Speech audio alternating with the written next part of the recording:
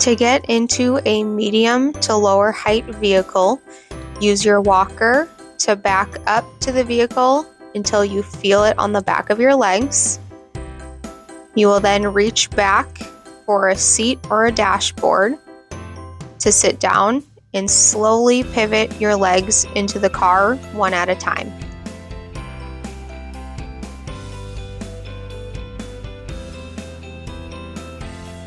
To get back out of the vehicle, you will reverse this process, getting one leg out of the vehicle at a time. You will then use the seat of the vehicle or the dashboard to help push up into standing.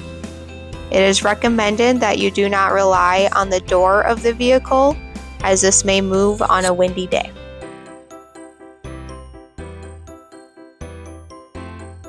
To get into a taller vehicle, you'll use the walker to again back up until you feel the vehicle on the back side of your legs.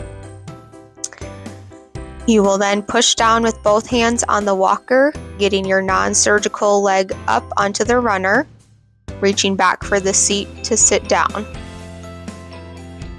You will then swing one leg at a time into the vehicle.